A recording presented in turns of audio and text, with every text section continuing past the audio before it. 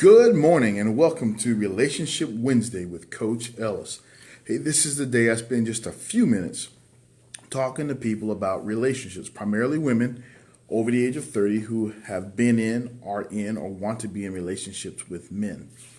However, these conversations will tend to benefit people in all kinds of relationships. So, last week we talked about the power of words that heal and not words that hurt.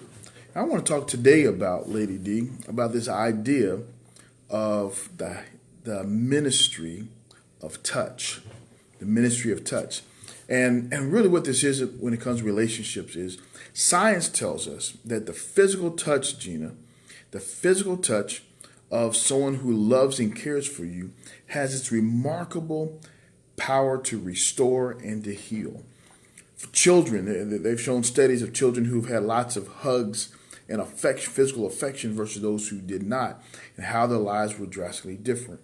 There are studies that show that seniors, citizens in nursing homes and rehabilitation facilities, how the power of touch helps heal them or aids in their healing, as opposed to those who lack significant touches. And in relationships, what relationship science shows us is that your loved one's touch of you, a non-sexual but very tactile touch, has the ability to calm you, help lower the studies show that those who have constant hugs and physical affection have lower blood pressure. The idea of the ministry of touch is that we are designed in our relationships to be in physical contact. This is not sexual, but it is physical.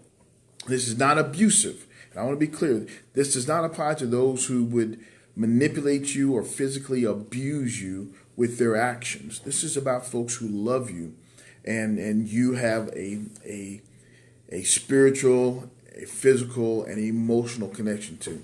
This power, ladies, you ever had the guy that when your whole day goes crazy, when you fall into his arms, the whole world disappears, and you feel this like you're in a safe place? Guys have had this place where, we're fighting the fight all day long, but we go climb to the arms of our woman, and all of our worries disappear. This type of touch, provides us with safety and respect, with love and with security.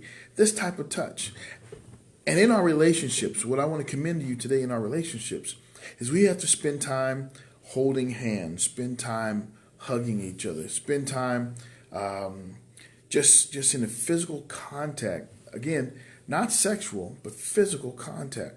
You're driving down the road, you're holding your husband or your wife's or your girlfriend or boyfriend's hand. You're laying in bed and you're mad at each other because things didn't go well, but at least your pinky toes are touching, or your pinky, your fingers are touching, or something is touching. And then what you realize that through the night, that no matter how mad you were when you went to bed, because of that touch through the night, there's been some healing that has occurred, and you wake up and you're not mad as you were last night, and you're not as angry as you were last night. In fact, you might find that you might be wrapped up in each other's arms and wake up in a place where you're wondering what happened last night, because we're in such a different place now.